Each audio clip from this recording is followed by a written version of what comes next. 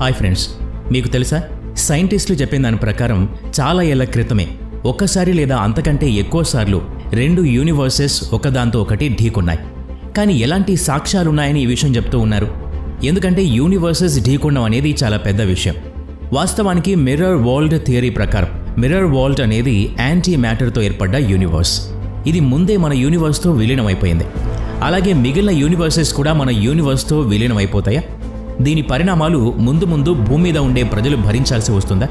ఒకవేళ అలా జరిగితే సిలికాన్ ఆధారిత జాతులు మనపై పట్టు సాధించి మనల్ని పెంపుడు జంతువుల్ని చేస్తాయా? మనల్ని తినే వస్తువుగా చేసుకుంటాయా? ఎందుకంటే ఇవి కేవలం మనుషుల్నే ఆహారంగా తీసుకుంటాయి. ఇలా జరుగుతుందా? ఈ వీడియోను డిస్కస్ చేసే ప్రయత్నం చేద్దాం. అందుకని ఈ వీడియోని ఎక్కడా స్కిప్ చేయకుండా పూర్తిగా చూడండి. మరి ఇంకెందుకు ఆలస్యం, let's start our today's episode.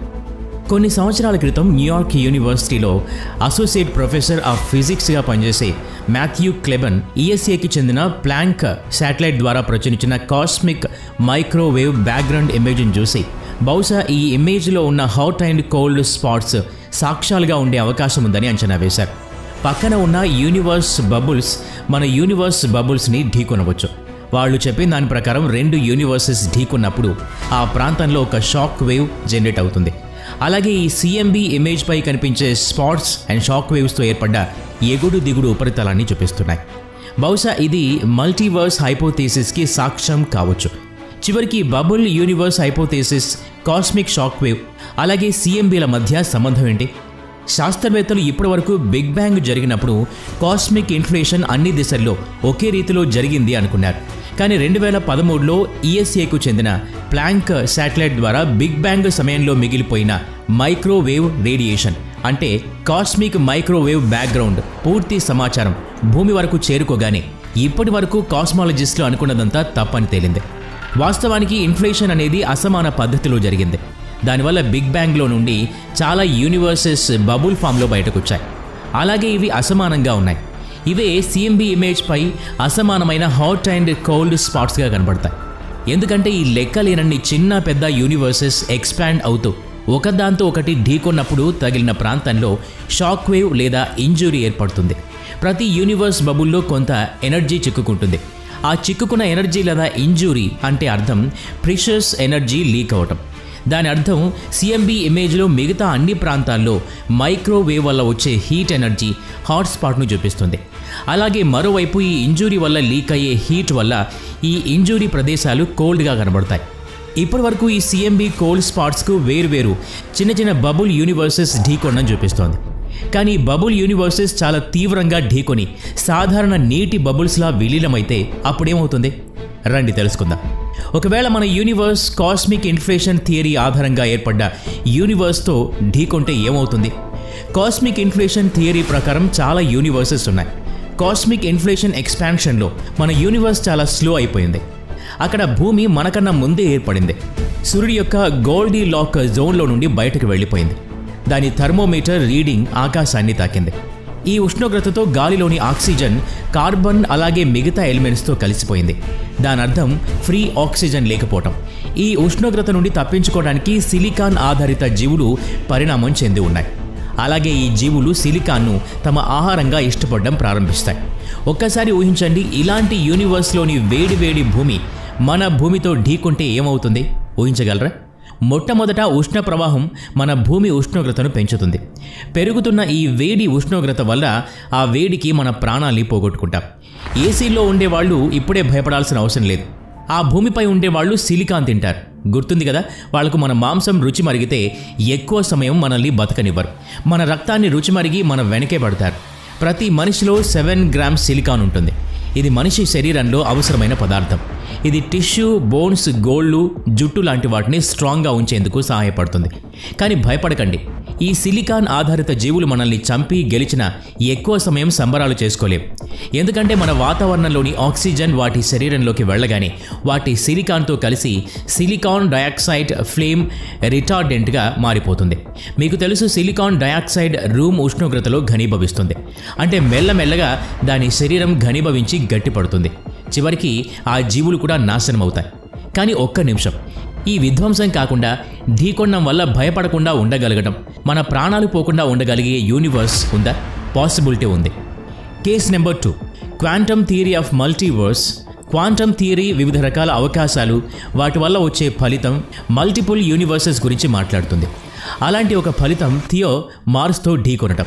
దానివల్ల మార్స్ మాస్ పెరగడం, దానివల్ల మార్స్ గ్రావిటీ కొంతవరకు పెరగటం. అలాగే థియో ఢీకొనడం వల్ల మార్స్ చంద్రుడి అలల శక్తి వల్ల మార్స్ ఒక ఎడారు నుండి నివసించదగిన గ్రహంగా మారిపోయింది. దానివల్ల అక్కడ జీవం పుట్టింది. ఆ జీవాలలో సెల్ మెంబ్రేన్ యాక్రిలోనిట్రాయిడ్తో చేయబడి అందులో వేరువేరు మలిన పదార్థాలు కలిసి తర్వాత వేరువేరు రంగుల్లో మారాయి. ఇప్పుడు మీరే ఆలోచించండి, ఇలాంటి రంగురంగుల జీవులు గల యూనివర్స్ మన యూనివర్స్తో ఢీకొంటే ఏమవుతుంది? మీ మనసులో ఇంకోసారి విధ్వంసమే గుర్తుకొస్తుందేమో. నో టెన్షన్, మొదట దానిలో ఉన్న విధ్వంసం ఈ ఢీలో కనపడదు. వాస్తవానికి ఇది శాంతికరమైన ఢీకొండం అవుతుంది. ఎందుకంటే ఈ ఢీకొండం వల్ల సమాంతర యూనివర్స్లోని మార్స్ సోలార్ సిస్టంలోని మార్స్ స్థానాన్ని తీసుకుంటుంది. అది కూడా ఎలాంటి హడావిడి లేకుండా. ఇప్పుడు మనం మార్స్ కాలనైజేషన్ గురించి మాట్లాడుకుంటున్నాం, కానీ ఈ ఢీ వలన మనకు ఫ్రీగా కొత్త నేబర్స్ దొరుకుతారు. సరదా విషయం ఏంటంటే వీళ్ళు వివిధ రంగుల్లో ఉన్న కొత్త నేబర్స్. ఒకవేళ ఆ సమయంలో మనం మార్స్కి వెళ్తే మనం ఊహించలేని విచిత్రమైన వింత జీవుల్ని చూడగలం. ఎందుకంటే వాళ్ళు వేరే గ్రహం కాదు, వేరే యూనివర్స్ నుండి కాబట్టి. ముందు ముందు మనకి మంచి ఫ్రెండ్స్ కూడా అవుతూ ఉండొచ్చు. మనకేం తెలుసు, కానీ వాళ్ళు నిజంగా మన ఫ్రెండ్స్ అవుతారా లేదా అనేది చూడాలి. ఎందుకంటే దాని వెనుక వేరే ఉద్దేశం ఉందేమో. ఇప్పుడు కేస్ నెంబర్ 3, ఒకవేళ మన యూనివర్స్ ఫినైట్ యూనివర్స్ థియరీ ఆధారిత యూనివర్స్తో ఢీకొంటే, మన ఫినైట్ యూనివర్స్ థియరీ ప్రకారం పరిమిత లిమిటెడ్ రకాలైన మ్యాటర్, ఫోర్స్, ఎనర్జీతో పరిమిత కాంబినేషన్లు ఉండి కొంతసేపటి తర్వాత అవే మళ్ళీ రిపీట్ అవుతాయి. సూట్ కేస్ కోడ్ కాంబినేషన్ల 3 వరుసల 0 నుంచి 9 అంకెల ద్వారా 1000 కాంబినేషన్లు, తర్వాత అవే మళ్ళీ. ఆ యూనివర్స్ మన యూనివర్స్ రెప్యుటేషన్ వల్ల ఏర్పడితే మనం చిన్న పిల్లర్లాగా ఎగురుతూ కనపడేవాళ్ళం. ఒకవేళ మన యూనివర్స్ ఆ ఆల్టర్నేట్ యూనివర్స్ ఉండటం వల్ల ఏర్పడి ఉంటే మనం ఇప్పటికీ అక్కడే ఉండేవాళ్ళమేమో. అంటే ఆ యూనివర్స్ మన యూనివర్స్ని ఢీకొని ఉంటే మిగతావి మారినా మారకపోయినా మనం వేర్వేరు వయసు మనుషుల్ని తప్పకుండా చూసేవాళ్ళం. అచ్చం స్పైడర్ మ్యాన్ మల్టీవర్స్లా. కానీ ఒక విషయం, ఒకవేళ ఆ యూనివర్స్ మనకన్నా ముందు ఏర్పడ్డ యూనివర్స్ అయితే ఆ సమయానికి ముందున్న ముసలి వాళ్ళు తమతో కొన్ని వైరస్లను తీసుకురావచ్చు. అవి మన యూనివర్స్కి కొత్తవి, ప్రమాదకరమైనవి అవుతాయి. మన వివిధ రకాల వయసు గల వర్షన్స్తో దగ్గరగా కలిసినప్పుడు అది చాలా ప్రమాదకరంగా సంభవించవచ్చు. బహుశా కరోనా 2.0 × 3000 లేదా అంతకన్నా ఎక్కువే. ఎందుకంటే మనకు తెలుసు వైరస్ల తర్వాత జనరేషన్లు కొన్ని గంటల్లోనే పుడతాయి. అవి తొందరగా పరిణామం చెంది చాలా ప్రమాదకరంగా మారుతాయి. ఇక మనకు మళ్ళీ లాక్డౌన్ రావాలని లేదు కదా. కేస్ నెంబర్ 4, మన యూనివర్స్ మిర్రర్ యూనివర్స్లోని ఆల్టర్నేట్ యూనివర్స్తో ఢీకొంటే ఏమవుతుంది?